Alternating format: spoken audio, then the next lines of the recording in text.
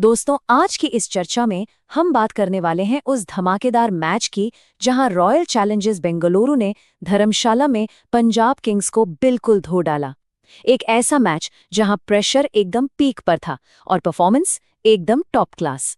तो चलिए बिना किसी देरी के सीधे इस रोमांचक मुकाबले की गहराई में चलते हैं। सबसे पहले बात करते हैं इस अहम आंकड़े की, 23। जी हाँ, ये वही 23 रन का मार्जिन है जिसने आरसीबी को सिर्फ एक जीत नहीं दिलाई, बल्कि उन्हें आईपीएल 2026 प्लेऑफ्स में पहुंचने वाली सबसे पहली टीम बना दिया। सोचिए, प्लेऑफ्स में आने वाली पहली टीम। ये नंबर सिर्फ एक आंकड़ा थोड़ी है, ये उनके इस जबरदस्त सफर का पुख्ता सबूत है। आज के इस विश्लेषण में हम दरअसल यही समझेंगे कि इस एक मैच ने कैसे दो बिल्कुल अलग कहानियां लिख दी। एक तरफ आरसीबी ने अपना प्लेऑफ का टिकट फुल्ली कंफर्म कर लिया, तो दूसरी तरफ पंजाब किंग्स के लिए आगे का रास्ता अब सच कहूं तो किसी नामुमकिन चढ़ाई जैसा हो गया है। दबाव का लेवल दोनों के लिए एकदम अलग हो चुका है। तो सबसे पहले एक नज़र इस मैच के ओवरव्यू पर डालते हैं, जहां धर्मशाला में ये हाई स्कोरिंग ड्रामा देखने को मिला। अगर हम मैच समरी की बात करें तो भाई आरसीबी ने 20 ओवर में 222 रन का एक विशाल पहाड़ खड़ा कर दिया था, जिसके जवाब में पंजाब 199 रन ही बना पाई। और इस विशाल जीत के सबसे बड़े हीरो कौन रहे? वेंकटेश अय्यर, जो undisputed player of the match बने। उनका आगे आना ही गेम चेंजर था। अब आते हैं इस चर्चा के अगले हिस्से पर, आरसीबी की बैटिंग मास्टर क्लास, जहां उन्होंने एक बेहद आक्रामक टेम्पो सेट किया। आरसीबी की बैटिंग की नींव कितनी शानदार थी, ये आप इस बात से समझ सकते हैं कि विराट कोहली ने 58 और देवदत्त पाडिक्कल ने 45 रन बनाकर एक मजबूत प्लेटफॉर्म तैयार किया। और पता है, इसी सॉलिड शुरुआत ने वेंकटेश अय्यर के लिए वो मंच सजाया जहां आकर उन्होंने 73 रन की आतिशी पारी खेली। अब देखिए, यहाँ सबसे अहम पॉइंट क्या निकलता है।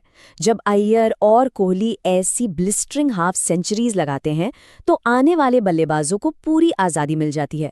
शुरुआत जब इतनी धमाकेदार हो तो बैकएंड के बैटर्स के पास बिना किसी टेंशन के खुलकर आक्रमण करने का, या कहूँ तो पूरी तबाही मचाने का सीधा लाइसेंस आ जाता है। और जब हम स्ट्राइक रेट्स पर ध्यान देते हैं तो वो खुद ब खुद अपनी कहानी बोलते हैं। अय्यर का 182.50 और फिर अंत में आकर टिम डेविड का वो धुनाधार 333.33 का स्ट्राइक रेट।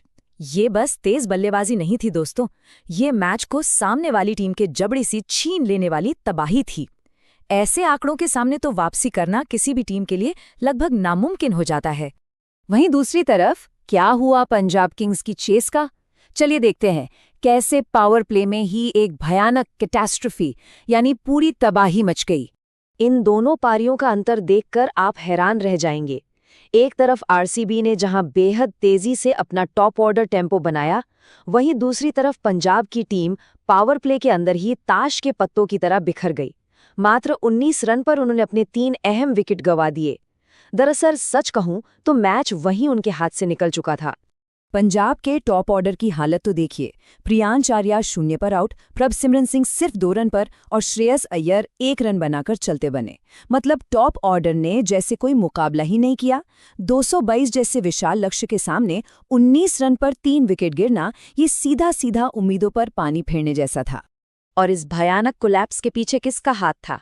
आरसीबी के शुरुआती गेंदबाज रासिक सलाम और भुवनेश्वर कुमार का। इन दोनों ने अपने 4-4 ओवर के स्पेल में ऐसी कड़ी गेंदबाजी की जिसने पंजाब के बल्लेबाजी क्रम की पूरी तरह से कमर ही तोड़ दी। इन्होंने अर्ली ऑन ही मैच का नतीजा एक तरह से तय कर दिया था। लेकिन रुकिए, कहानी यहाँ खत्म नहीं होती। अब हम बात करेंगे पंजाब के उस अनसक्सेसफुल काउंटर अटैक की, जो बेहद बहादुर तो था पर अफसोस नाकाम ही रहा। इस शुरुआती तबाही के बावजूद पंजाब के मिडिल ऑर्डर ने एक गजब का फाइट बैक किया, जिसे हमें बिल्कुल नजरअंदाज नहीं करना चाहिए। शशांक सिंह की वो आक्रामक पारी जिसमें उन्होंने 27 गेंदों में 56 रन जड़ दिए, और उसके बाद मार्कस स्टोइनिस और कूपर कॉनली का 37 रन का योगदान। इन्होंने मिलकर कुछ देर के लिए उस नामुमकिन लगने वाले सपने को जिंदा जरूर रखा। एक फिगर जिस पर हमारा ध्यान जाना ही चाहिए वो है 207.41। ये शशांक सिंह का हैरान कर देने वाला स्ट्राइक रेट था। जब एक चेज लगभग पहले ही हारी जा चुकी हो, वहां आकर इस तरह का काउंटर अटैक करना सच्ची में हिम्मत की दाद देने जैसा है। अंधेरे में एक रोशनी की किरण जैसा था ये। पर अंत में निष्कर्ष क्या निकला? मिडिल ऑर्डर की इस शानदार बहादुरी और जबरदस्त हिटिंग के बावजूद शुरुआत के उस 19 पर 3 वाले भयानक इम्प्लोजन ने पहले ही एक इतना बड़ा पहाड़ खड़ा कर दिया था कि उसे पार करना मुमकिन ही नहीं था। टारगेट आखिरी सांस तक पहुंच से बाहर ही रहा।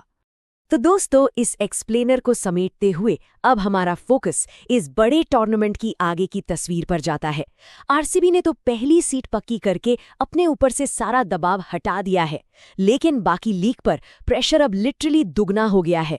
सबसे बड़ा सवाल ये है कि आने वाले दिनों में जब दबाव अपने चरम पर होगा तो इन बची हुई प्लेऑफ जगहों पर कौन अपना कब्जा जमाएगा।